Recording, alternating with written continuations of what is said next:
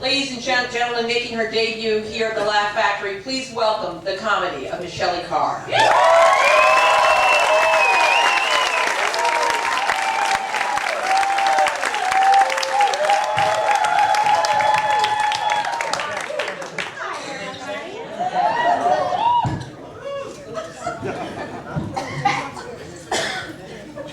I didn't even do anything. That was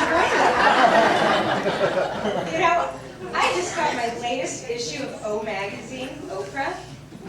I really look forward to it. I really look forward to the articles that talk about what you should wear for your body type. They have a part if you have a pear-shaped body. And then there's another little item where if you're hippie, you know, and then there's something else if you're trying to hide a tummy.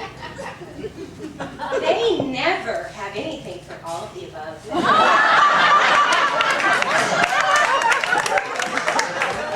I think I've got it figured out now how I can take 10 pounds off like that. At least that's what they told me. They're called Spanx. You know what I'm talking about, ladies. And men, you've probably seen a few surprises afterwards, too. So I went to the store to buy myself a pair. It comes in a little itty-bitty container. And then you take it out of the little itty-bitty container, and it's even smaller. It's about this big. And you're supposed to put it on this. And not only that, I think NASA made the material because it's got tensile strength to just shoot somebody to the moon.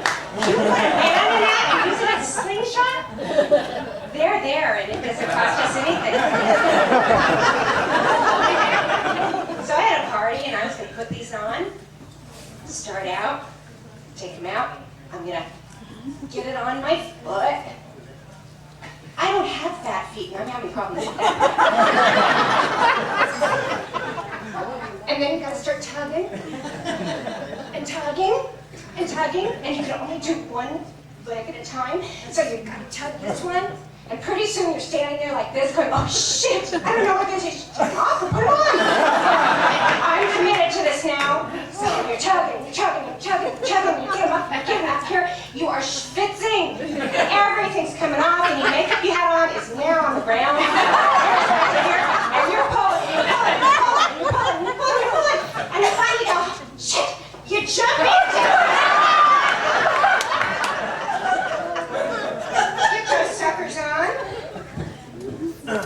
And then you kind of mop off with another towel. And you look and you think, not bad. Well, I'm looking pretty good. Yeah, I like this. Shit, I gotta pee now.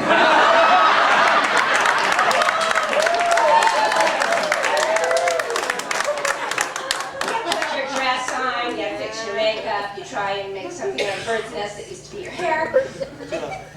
And now, as you're walking around and bending down, those suckers roll right back down. And you end up with an inner tube. And you can't keep it on.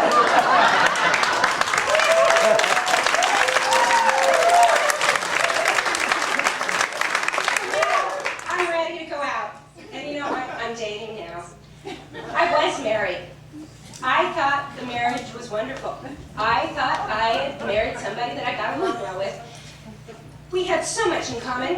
Turns out we had a little too much in common. We both liked men.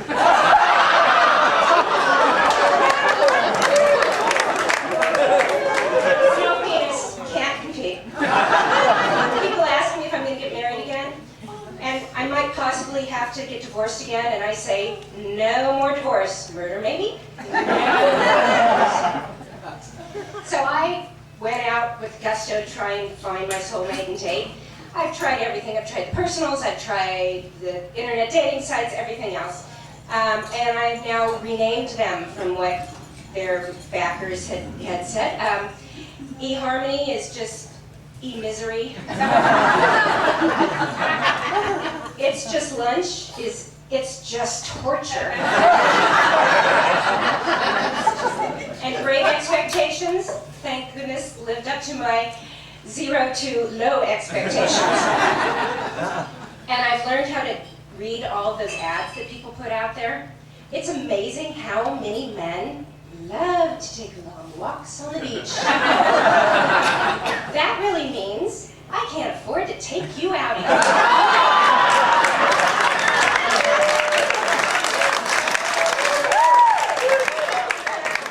And everybody is so good looking. They all look 10 years younger than they really are. And amazingly, you know, on J-Date with all the Jewish men, everybody is a rock climber. I have yet to meet a Jewish rock climber.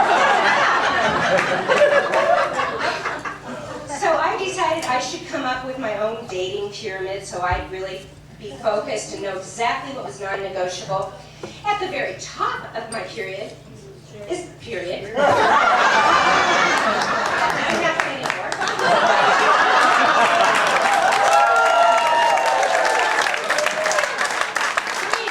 Breathing is very important in a date. And just slightly under breathing would be single and straight, for obvious reasons. And anybody who knows me well and knows what it was like when I was married with in-laws, he must be an orphan.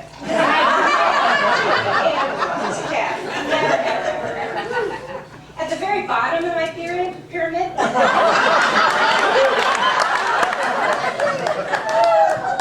is the totally unrealistic expectations that he'd be incredibly handsome, fabulously rich, completely selfless, and doesn't need Viagra. There's a lot of room to roam. So I'm still looking. I'm looking for these people. I had one that showed up on a patio in a restaurant, and all he wanted to do is tell me that he was unemployed and he was homeless, and would I like wine? I said, yes, thank you, thinking he'd do this for the waiter, and instead he did this. And poured me the two-buck chuck he had brought. I'm looking, and there is always visiting day at the prison.